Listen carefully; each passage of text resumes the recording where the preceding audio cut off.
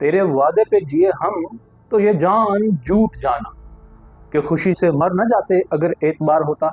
और अगर ये एक लफ्ज़ है जो एतबार, आप माने या ना माने, अगर इंसानी ज़िंदगी से इस एक लफ्ज़ को माइनस कर दिया जाए, निकाल दिया जाए, तो इंसान की ज़िंदगी ही अब्स है। आप माने या ना माने, ये एतबार पे ही कारोबार ज़िंदगी और इंसान की ज़िंदगी का इन्हिसार है। अब हमारे एक आर्किटेक्ट दोस्त हैं, वो बड़े मुल्क के मशहूर आर्किटेक्ट हैं, बहुत उन्होंने अच्छी-अच्छी इमारतें बनाई हैं।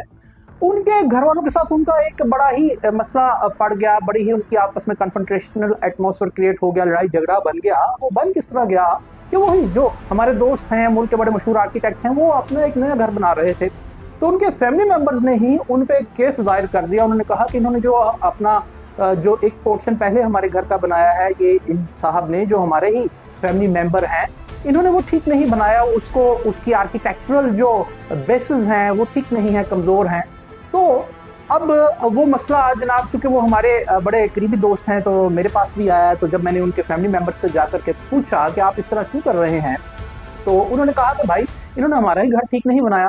तो वो जो आर्किटेक्ट साहब थे, जो हमारे दोस्त हैं, वो कह रहे थे कि भाई आप देखिए कि मेरा मुल्क में एक नाम है, मेरा एक रेप्यूटेशन है, अगर मेरे फैमिली मेंबर ही मुझ पे एतबार नहीं करेंगे तो बाहर कौन करेगा। बात तो बिल्कुल दुरुस्त है कि अगर वो मुल्क का जो एक मशहूर मारूफ आर्किटेक्ट है, जिसने कई बिल्डिंग्स बनाई हैं, उसके फैमिली मेंबर भी उस पर अदम एतमाद कर रहे हैं और केस फाइल कर रहे हैं कि ये बिल्डिंग ठीक नहीं बनाता, तो कौन उससे काम करवाएगा, कौन उस पर एतबार करेगा। ये तो खैर एक वाकया था एक आर्किटेक्ट का। मगर इस्लामाबाद हाई कोर्ट के 5 जजेस ने सुप्रीम कोर्ट ऑफ पाकिस्तान में एक दरख्वास्त दायर की है, जिसमें उनकी इस्तदा ये है कि जनाब कायम मकाम chief justice of Islamabad high court Sarfaraz Dogar साहब को काम से रोका जाए। और उन 5 जजेस ने उन्होंने सुप्रीम कोर्ट से इस्तदा की है कि करार दिया जाए कि आर्टिकल 200 के सेक्शन 1 के मुताबिक सदर मुमलिकत को उनके लामहदूद इख्तियारात हैं जो जजेस की ट्रांसफ़र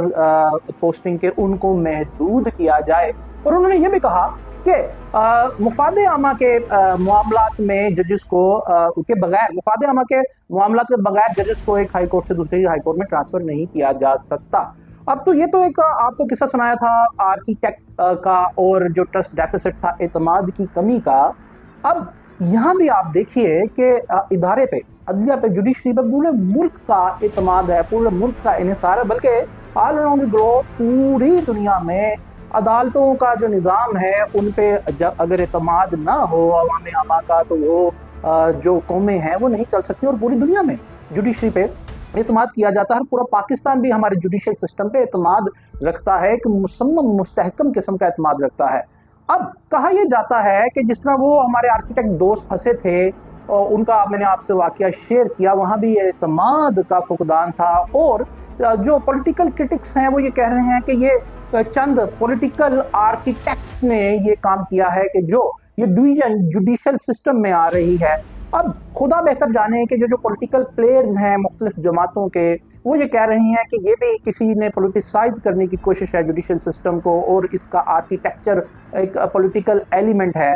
तो इसका आर्किटेक्ट जो कोई भी हो, खुदा राज समझने की ये ज़रूरत है कि आप अपने पॉलिटिकल आर्किटेक्चर में या अपने पॉलिटिकल इंजीनियर में वो डिवीजन जो आपने कौम में पैदा की है, खुदा राज जुडिशल में पैदा करने की कोशिश ना कीजिए। अगर हो रही है और अगर आप नहीं कर रहे, तो भी इसके रेजोल्यूशन की तरफ जाइए, इसको रिजॉल्व करने की तरफ आइए कि ऐसी तफरीक जुडिशल सिस्टम में ना आए, जो कि तमाम पॉलिटिकल स्टेक होल्डर्स के लिए भी और पूरे पाकिस्तान के लिए भी बहुत ज़रूरी अमल है कि पॉलिटिकल सिस्टम पे जो एतमाद है पूरी कौम का, जिस तरह वो बरकरार है, मुस्तहकम है, वो बरकरार ही रहे।